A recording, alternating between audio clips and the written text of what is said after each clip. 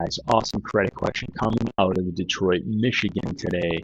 We have, how does cosigning hurt my credit score? Okay, probably the second biggest reason we get a phone call aside from medical collections is cosigning gone all wrong. Okay, let's talk about what cosigning is, or co-guaranteeing a loan. Okay, you're on it with them. Okay, so you could get called by a friend and they say, hey, just come and co-sign for this car loan with me. I'm down at the dealership, or co-sign for this mortgage, or co-sign for a credit card. Doesn't matter. Apply with me. Help me out with a student loan. I just need a signature here. Well, why would the bank just want a signature? They don't just want your signature.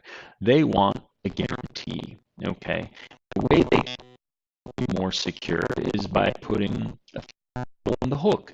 So the first guy applying to proof for it. Okay.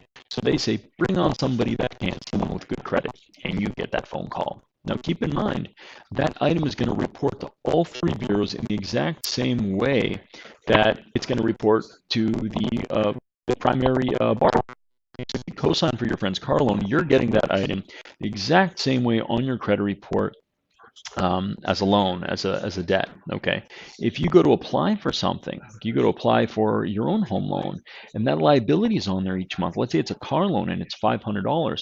That $500 is going to affect your income to debt ratio as well. Most banks and lenders, even if you tell them you're paying it, they're still going to factor it into your income to debt ratio. Or actually, let's say you say my friend is paying it, they're still going to factor it into your income to debt ratio. And the reason for that is they're not sure if your friend's going to pay it. They don't know who they are. So they're going to say, well, if you signed for it, you're guaranteeing it. We're factoring it into your income to debt ratio as well, which is going to affect the amount you can borrow.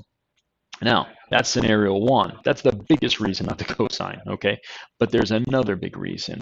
And the other reason is there's no control. There's zero control. Let's say you co-sign for your friend's car loan, okay? And they default on that loan. What happens? Immediately, you're going to get that late payment. They go into repossession status, you're getting a repo on your credit. They send you to collections, that debt collector is coming after you. That item becomes a judgment because of your friend's inability to pay. That judgment is coming to your credit report. Okay, that's going to affect your ability to get approved for anything. And that's a real big problem. Okay, so if you want to help out a friend, give them some money. Give them a ride. Call them an Uber. There's no reason you should be co-signing for them because you could be on the hook for many, many years to come. And just like anything, you're losing that control, and that control is everything. You work very, very hard to reestablish your credit, to build it up to a point where you can get started with approvals, and you don't want to risk it for a friend. Help your friends, but in a different way. Thanks, guys. Have an amazing day.